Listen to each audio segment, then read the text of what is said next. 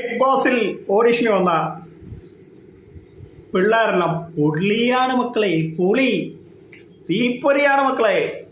കൂടുതൽ ചാനലിലേക്ക് ഷെയർ ചെയ്യുക, സബ്സ്ക്രൈബ് പറയുന്നല്ല. ഞാനെടുത്ത പുതിയ ബിഗ് ബോസ് അപ്ഡേറ്റുകൾ നിങ്ങൾക്ക് നോട്ടിഫിക്കേഷനായി കിട്ടാൻ വേണ്ടി മാത്രം. പിന്നെ എനിക്ക് നിങ്ങളോടൊരു കാര്യം പറയാനുണ്ട്.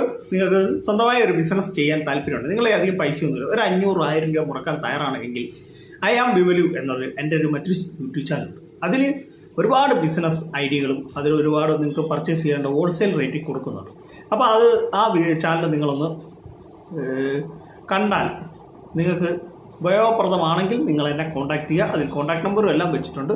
നിങ്ങൾ ഐ ആം വിമലു എന്നാണ് യൂട്യൂബ് ചാനലിൻ്റെ പേര്. ഓക്കെ, ഞാനത് ഇൻബോക്സിൽ വെക്കാം, നിങ്ങളത് നോക്കിയിട്ട് സെർച്ച് ചെയ്ത് അറിയാം.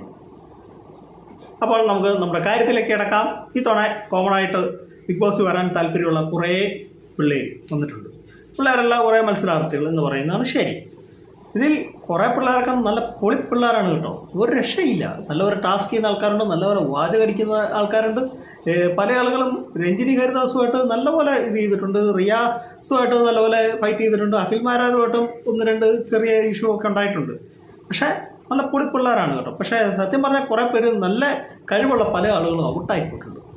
ഇപ്പോൾ സോഷ്യൽ മീഡിയ ഉള്ളതുകൊണ്ടാണ് ഞാനത് വീഡിയോ ചെയ്യാത്തത്. ഒരുപാട് നല്ല കഴിവുള്ള പിള്ളേരുണ്ട്, നല്ല ആളുകൾ. പിള്ളേരെന്ന് പറഞ്ഞാൽ മത്സരാർത്ഥികൾ, അവർ കുറേ പേര് ഔട്ടായിപ്പോയി. സത്യം പറഞ്ഞാൽ നമുക്ക് തന്നെ വിഷമം തോന്നും നമ്മൾ ആ വീഡിയോ കാണുമ്പോൾ. എന്ന് വെച്ചാൽ കഴിവുള്ള പിള്ളേർ ഔട്ടായി പോകുമ്പോൾ ചിലപ്പോൾ ഭാഗ്യം കൊണ്ട് ഇന്നായ ആൾക്കാരും അതിനകത്തുണ്ട്.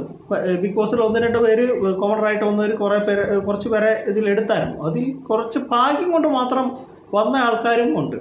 പിന്നെ എല്ലാ കഴിവുണ്ടായിട്ട് ഇത് പോയത് അവർക്ക് ഭാഗ്യമില്ല എന്ന് വേണം നമ്മൾ കരുതാൻ. പക്ഷേ പൊളി പിള്ളേരാണ്. രഞ്ജിനി ഹരിദാസ് ആയിട്ടൊക്കെ നല്ലപോലെ ഫൈറ്റ് ചെയ്ത ആൾക്കാരുണ്ട്. അവസാനം രഞ്ജിനി നല്ല പോലെ തിരിച്ച് പറയുന്നുണ്ട്, അവർ തിരിച്ച് രഞ്ജിനിയോട് പറയുന്ന സാഹചര്യം ഉണ്ടായിട്ടുണ്ട്, നിങ്ങൾ കണ്ടു കാണും.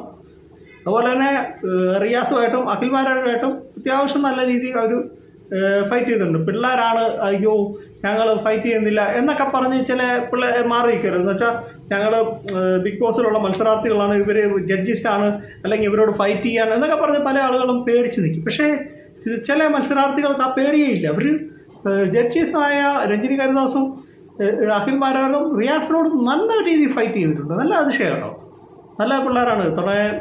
ഏറ്റവും നല്ല മത്സരാർത്ഥികൾ വരട്ടെ. ഓക്കെ, എൻ്റെ മറ്റൊരു വീഡിയോ ആയിട്ട് ഉടനെ വരുന്നതായിരിക്കും. Thank you, bye bye.